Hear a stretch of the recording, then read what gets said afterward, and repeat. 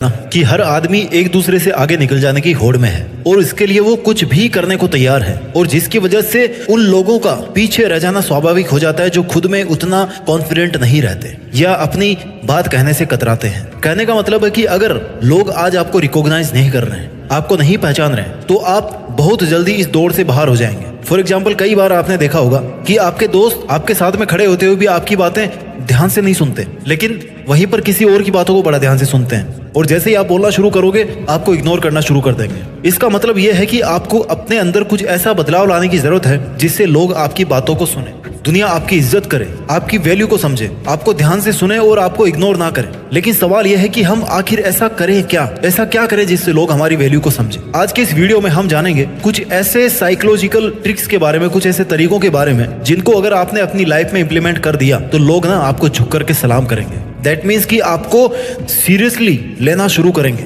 आपकी बातों की वैल्यू करेंगे और आपको ध्यान से सुनेंगे। तो अभी इस पल के बाद में इस वीडियो को लास्ट तक देखने से पहले मत छोड़ना। मेथड नंबर 1, लोगों को ना कहना सीखो। लर्न टू से नो। दोस्तों, अगर आप किसी को खुश करने के लिए, उसको कंफर्टेबल करने के लिए उसकी हर बात में हाँ में हाँ मिलाते जा रहे हो ना, तो भाई ऐसा करना आपको नीचे ला रहा है, क्योंकि लोग आपको हल्के में लेना शुरू कर देते हैं जब आप उनके लिए हमेशा अवेलेबल रहते हो, जब आप उनको ना नहीं कह पाते। उनको तो पता है कि यार इसको तो मैं कहूंगा तो ये तो मान ही जाएगा, इसको क्या कन्विंस करना, लेकिन आप ना कहना सीखो। जी हाँ, आपके अंदर अपने कामों को छोड़कर दूसरों के काम को करना है कि नहीं करना, उसको आप अच्छे से फैसला करके उसके बाद में करो। जरूरी नहीं है कि आप इस पूरी दुनिया को खुश रखोगे तो आप खुश रह पाओगे, ऐसा नहीं है। दूसरों को खुश रखने की चाह में आप दूसरों के हर काम के लिए हाँ पे हाँ करते जाते हो, लेकिन धीरे धीरे वो लोग आपकी बात का फायदा उठा लेते हैं और आपके मुंह लग जाते हैं। देखते ही देखते आपकी वैल्यू का भी कचरा होने लगता है। मेथड नंबर 2, कि जरूरत के वक्त ही बोलो। Don't talk too much. अगर आप जरूरत से ज्यादा बोलोगे ना तो लोग आपको मुंह फट समझेंगे कि भाई ये तो ऐसे ही बोलता रहता है, बस ज्ञान बांटता फिरता है। अगर आप जरूरत से ज्यादा बोलोगे तो लोग आपकी बातों को हल्के में लेंगे,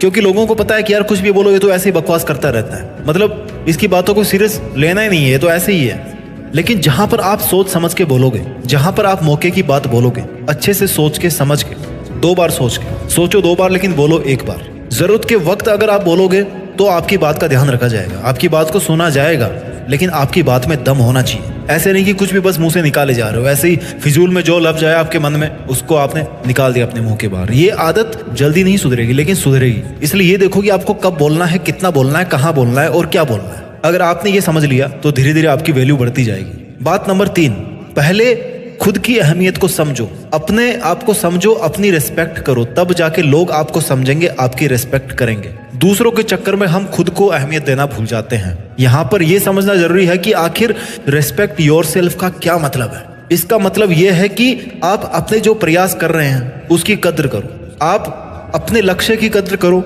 अपना जो सेल्फ डिसिप्लिन आपने मेंटेन किया है उसको मेंटेन करो, उसकी आप इज्जत करो। और अगर आप आपके पास में जो कुछ भी है उनकी अगर आप इज्जत करोगे, चाहे वो आपकी क्वालिटी हो, चाहे आपके पास में फिजिकल पोजीशन हो, कुछ भी हो, अगर आप उनकी अहमियत समझोगे तब दूसरे उनकी अहमियत समझेंगे। अपने कामों में एक क्वालिटी लेके आओ, अपने वर्क में एक क्वालिटी लेकर के आओ, उसकी वैल्यू को समझो। पॉइंट नंबर 4, कि बार बार माफी मांगना बंद करो। हम सभी लोग इंसान हैं, हमसे गलती होना भी लाजमी है, लेकिन वही गलती अगर बार बार होती रहे तो ये गलती नहीं कहलाती। हम अगर किसी काम को लेके लोगों से छोटी छोटी बातों पर भी सॉरी बोलना शुरू कर देते हैं ना, तो लोगों की नजर में हमारी इमेज भी वैसी बन जाती है कि भाई ये तो ऐसे ही है। इससे भी बड़ी बात यह है कि जितनी बार सॉरी बोलकर दूसरों को या खुद को कंफर्टेबल करते हैं ना, उतना हमारे दोबारा गलती करने के चांसेस भी उतने ही ज्यादा होते हैं। अब हम तो बार बार सॉरी बोल करके एक तरफ से हट जाते हैं, लेकिन लोग क्या सोचते हैं कि यार ये तो ऐसे ही है, गलती करता है, सॉरी बोलता है, गलती करता है, सॉरी बोलता है, इसको तो हटाओ, इससे बात ही नहीं करनी, ये मतलब का इंसान नहीं है, काम का इंसान नहीं है, ये ऐसे ही है, फालतू का। इसलिए अगर आप किसी को सॉरी बोल रहे हो तो उसको समझो कि भाई हाँ आपने गलती करी है, सॉरी आपने एक बार बोल दिया, उसके बाद में आपको वो गलती नहीं करनी है। ये आपको अपने आप में बदलाव करना है। बात नंबर 5, जो भी करो दिल से करो। एग्जाम्पल सेट करो, जो भी आप काम करें दिल से करें। अगर आप स्टूडेंट है तो दिल से पढ़ाई करें, अगर आप एक मैकेनिक है तो दिल से काम करें, दिल से गाड़ियों को सुधारें। अगर आप बैंक में काम करते हैं तो दिल से काम करें। अगर आपकी लाइफ में कोई एक सपना है, आप पेंटिंग करते हो, आप सिंगिंग करते हो, जो करना है आपको दिल से करें। जब आप अपनी चीजों के साथ में दिल से जुड़ेंगे तो लोग आपसे दिल से जुड़ेंगे। If you love your work people will love you, if you love your skill, if you love your job people will love you. बात नंबर 6, चुप रहना एक गुण है, इसका सही इस्तेमाल करें। एक बहुत ही मशहूर कहावत है कि मूर्खों के लिए सबसे अच्छा जवाब है कि आप चुप हो जाओ। लेकिन ये कहावत सिर्फ तभी ठीक बैठती है जब आपके सामने मूर्खों की टोली हो। कभी कभी हम वहां पर भी चुप रह जाते हैं जहां पर हमारी बोलने की सबसे ज्यादा जरूरत होती है। है ना। जहां बोलना चाहिए वहां बोलते नहीं है, जहां चुप रहना चाहिए वहां पे बोल जाते हैं, पूरा गड़बड़ हो जाता है। बोलना और चुप रहना दोनों कला है। बोलने से ज्यादा चुप कहाँ पे रहना है, ये सबसे ज्यादा बड़ी कला है। क्योंकि बोलता तो हर कोई है, बकवास तो हर कोई करता रहता है, लेकिन चुप कहाँ पे रहना है, किस बात पे रहना है, ये एक बहुत बड़ी बात है, बहुत बड़ा रहस्य है। इसलिए याद रखिए कि चुप रहना एक प्रकार का टूल है जो आपकी पर्सनल डेवलपमेंट के लिए बेहद जरूरी है। इसलिए उस टूल का कब, कैसे और कितना इस्तेमाल करना है, इस पर गौर करना आपकी जिम्मेदारी है। आपकी यही खूबी देखना देखते देखते लोगों को आपका दीवाना बना देगी। आदत नंबर 7, एक सकारात्मक दृष्टिकोण को अपनाएं। Keep a positive attitude and approach. बहुत से लोग ना हमेशा अपनी परेशानी को लेकर के दूसरों के पास जाते रहते हैं, उनको लगता है कि वहां से सॉल्यूशन मिल जाएगा, लेकिन होता यह है कि वो लोग जिनको वो अपनी प्रॉब्लम्स बताते हैं वो उससे चिढ़ना शुरू कर देते हैं। क्यों? क्योंकि प्रॉब्लम एक बार बताई जाती, 2 बार बताई जाती है, 10 बार बताई जाती है, 100 बार बताओगे तो क्या होगा? लोग यही समझेंगे ये तो बेवकूफ है, बस इसको कुछ काम है नहीं, हमारा टाइम और खराब करने आ जाता है। पॉजिटिव एटीट्यूड बनाओ। अगर आप अपनी प्रॉब्लम आप सॉल्व नहीं कर सकते तो कोई और इस दुनिया में नहीं कर सकता, उसको कर ही नहीं सकता कोई। आप अपनी अप्रोच तो ठीक रखो पहले। एक आदमी वो होता है जो एक के बाद एक कितनी भी समस्याएं झेलनी पड़े फिर भी वो आगे बढ़ता रहता है, चाहे फाइनेंशियल तौर पे हो, चाहे सोशल तौर पे हो, चाहे रिलेशन के बेस पे हो। लेकिन वहीं पर एक आदमी ऐसा होता है जिसकी जिंदगी में सब कुछ ठीक ठाक चल रहा है, उसकी उतनी भी गंदी लाइफ नहीं है, लेकिन फिर भी कंप्लेंट पे कंप्लेंट करता रहता है। ऐसे आदमी की लोग इज्जत करेंगे? नहीं करेंगे। आदत नंबर 8, अपने जो कॉम्पिटिटर्स है ना उनकी हमेशा प्रशंसा करो। बहुत तगड़ा गुण है। अभी आप जिस भी लेवल पे हो आप अपनी लाइफ में, जब आप आगे बढ़ोगे धीरे धीरे आपके बहुत सारे कॉम्पिटिटर्स बनेंगे। आपको कॉम्पिटिटर्स को दुश्मन नहीं मानना है, आपको उनकी बढ़ाई करनी है। आपको ऐसा ढूंढना है कि ऐसा क्या है उनमें कि वो आपसे आगे है, या आपके कंपटीशन में है, या आपकी बराबरी में है, और ऐसा क्या है कि वो नहीं कर रहे हैं और आप करके उनसे आगे निकल सकते हो। लेकिन उनके मुंह पे और उनकी पीठ पीछे हमेशा अपने को उनकी बढ़ाई ही करनी है। भले ही आपके मन में ऐसा हो कि यार ये कैसे निकल गया, मैं इसको कैसे पीछे छोड़ूं, जो कि स्वाभाविक है, लेकिन आपको कभी भी उनकी बुराई नहीं करनी है, उनकी प्रशंसा ही करनी है। ये एक बहुत बड़ा गुण है कि आपके जो प्रतिद्वंदी भी होंगे ना वो भी आपकी बढ़ाई करना शुरू कर देंगे, वो भी आपके फैन बन जाएंगे, वो भी आपको वैल्यू देना शुरू कर देंगे। कभी भी अपने दुश्मन को कमजोर नहीं समझना चाहिए। आपका दुश्मन नहीं, हालांकि वो आपका कॉम्पिटिटर है, but in some concept he is your enemy because he is killing the field. वो उस मुकाम पे पहुंचने की कोशिश में है जहां पर आप पहुंचना चाहते हो, है ना। तो दुश्मन ही हुआ ना वो, लेकिन अल्टीमेटली वो भी अपने सपने के लिए काम कर रहा है, आप भी अपने सपने के लिए काम कर रहे हो। इसलिए उसकी प्रशंसा करो कि वो भी उस लेवल तक मेंटेन है जहां पर आप हो। ये एक बहुत बड़ी कला है कि वो भी आपकी वैल्यू करना सीख जाएगा।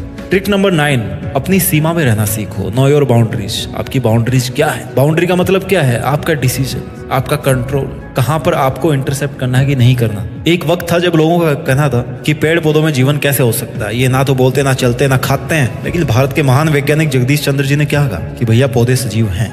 जब इस बात को शुरू में नकारा जा रहा था ना तो उन्होंने किसी का विरोध नहीं किया, ना ही किसी को मनाने की कोशिश की, बस अपने काम पे ध्यान दिया और एक्सपेरिमेंट को सफल बना करके बातों को सही साबित किया। ऐसा वो इसलिए कर पाए क्योंकि उनको अपनी सीमाएं पता थी कि मेरी सीमा है काम करना, किसी को मनाना मेरी सीमा नहीं है, वो मेरी सीमा के बाहर है। ना ही वो बैठ करके रोए, क्योंकि रोना उनकी सीमा के बाहर था, उनकी सीमा के अंदर था कि खुद का काम करो, खुद खुश रहो बस। उन्हें अपने पर विश्वास था, उन्होंने अपनी सीमाओं से बाहर जाकर के किसी की चापलूसी नहीं करी, वो काम नहीं किया जो उनको नहीं करना चाहिए था, उन्होंने वो काम किया जो उनको करना चाहिए था। ऐसे बहुत सारे लोग हैं दुनिया में जो अपनी सीमा में रह करके वो काम करते हैं जो उनको करना चाहिए। आदत नंबर 10, समय के पाबंद रहो और विनम्र रहो।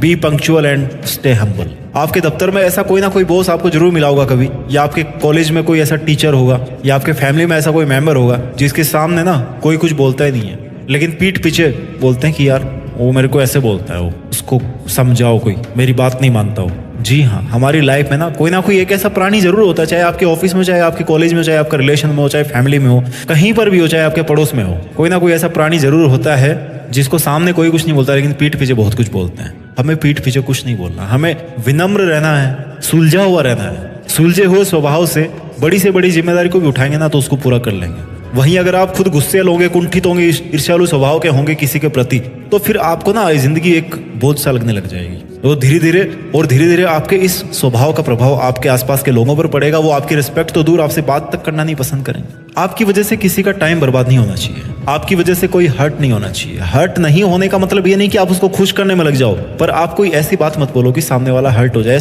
हर किसी इंसान का एक ईगो लेवल होता है, ठीक है, उसको क्रॉस मत करो। जब तक कि आपको कोई फर्क नहीं पड़ रहा वो बात बोलने से या नहीं बोलने से, तो आप वो बात क्यों बोल रहे हो उसको? आपका भी एक ईगो है, आपका भी एक सेल्फ रिस्पेक्ट है, सामने वाले का भी कोई सेल्फ रिस्पेक्ट है।